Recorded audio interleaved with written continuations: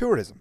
Alongside stomach pumping and whoring ourselves out to multinational corporations, it is one of Ireland's biggest industries, bringing in over €6 billion a year. Thousands flock from all over the world to see our beautiful country, and Trinity College is top of many people's list. The Long Room, home to the world-famous Book of Kells, is among the most unique buildings in Trinity and has appeared in many movies.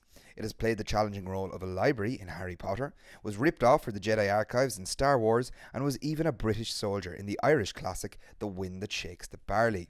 With the hordes of wealthy foreigners that descend on campus like a flock of seagulls after just spotting a newly purchased chicken fillet roll, some students are upset.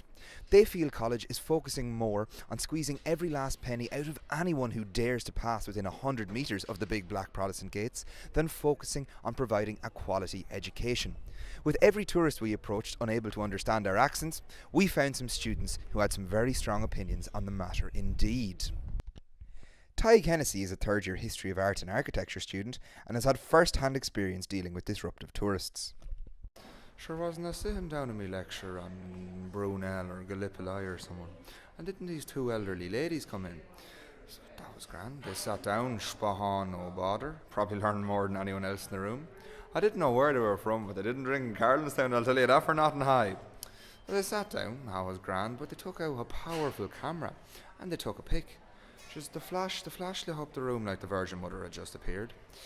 The lecturer stopped dead, he didn't know what to do, and the nervy fella who always sits in the front row shit himself. Absolute carnage.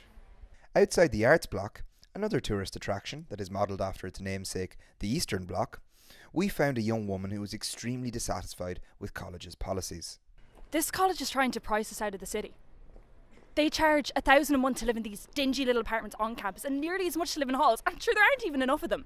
And although our fees at $3,000 a year are bad enough, they're not as bad as the foreign student. Sure, an American girl I'm living with pays $60,000 a year to study medicine. And as if that wasn't disgusting enough, sure, why wouldn't they want more of them than us? Like, you can barely afford to fork out on a bottle of wine a year. And like, if you ask me.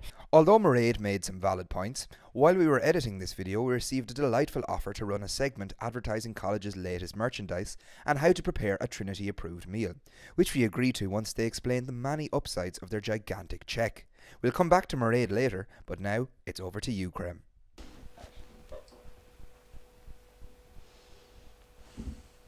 Thank you, Up My Own. My name is Creme Hole, and I'm here today to teach you how to make the perfect Trinity meal using all the right ingredients. But before we start, I always like to begin with a cup of Trinity in my Trinity travel mug. I love this mug because it emits motivational quotes to get me through my day every time I take a sip. Fuck the Pope. First, we take a massive fuck-off steak, the best money can buy. Then we move on to diced mushrooms doused in butter, your father's credit card, sautéed leeks, and a good old-fashioned bowl of money. Cook well and serve while piping hot to your pet of choice. Then take the credit card and order your food from the best takeaway money can buy, because if you're eating food you prepared yourself, you're in the wrong fucking college. Creme Hole, Trinity Cooks. Thank you, Creme. Class really does run in the family. We now return to Mairead, who had a change of heart between the initial filming of her interview and the final transmission of this episode, and sent in how she really feels about college. I'd like to revise my earlier comments about this wonderful place I'm lucky enough to attend. If anything, I believe that the college doesn't charge enough money for accommodation fees or the wide range of stylish yet comfortable clothing on offer from the gift shop. Long live the provost! So there we have it. While we initially believed the college were perhaps prioritising profit over their actual purpose, we quickly realised we were wrong. Who are we to complain if college want to move all of their lectures to their secondary campus just outside Listonvarna and replace all of the students on their primary one with life-size replicas of the Book of Kells? Not us, Mr. Provost, not us. Up My Own Hole, Trinity Truths.